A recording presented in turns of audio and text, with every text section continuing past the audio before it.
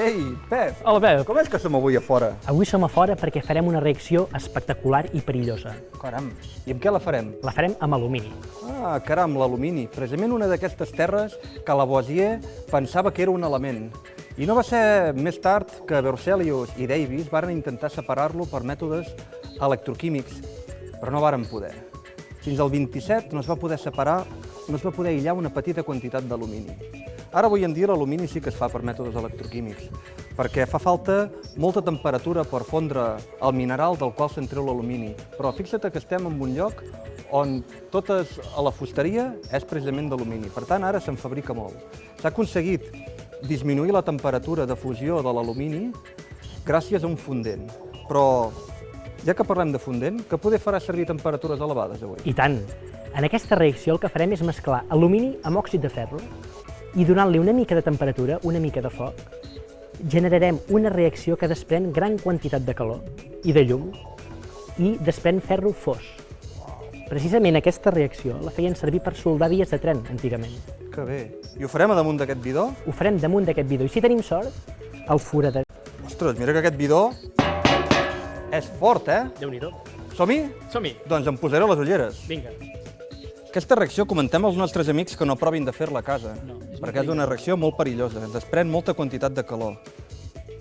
Es poden cremar, i per això nosaltres tenim aquest bidó protegit amb terra, amb sorra, i a dintre també està ple de sorra, perquè pot ser que si s'arriba a fondre aquesta placa tan gruixuda de ferro, travessi a sota. I per tant hi hem posat un gruix així gran de sorra, perquè no hi hagi perill. Alguna vegada aquestes reaccions s'han fet amb nitrogen líquid al fons, perquè el ferro, al sortir disparat amb tanta temperatura, al caure damunt del nitrogen líquid fa una reacció molt exotèrmica i molt bonica, de desprendiment de nitrogen gas. Però no és el cas. Nosaltres ho farem així perquè el que volem és que es vegi l'efecte de fer aquest forat en aquesta placa tan gruixuda de ferro.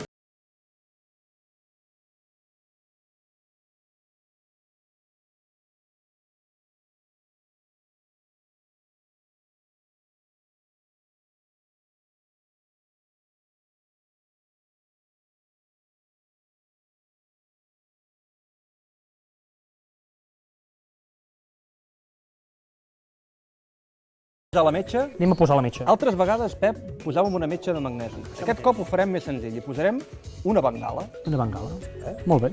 L'hem doblat una mica. Sí, bengala doblegada. I ara només caldrà encendre-la.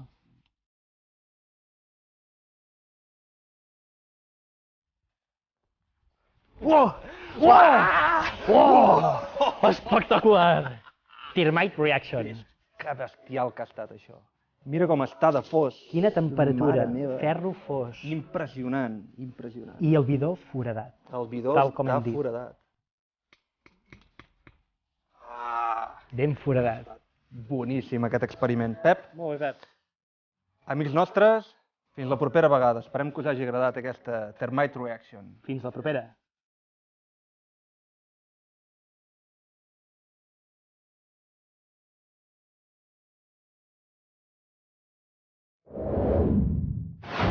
Amb tot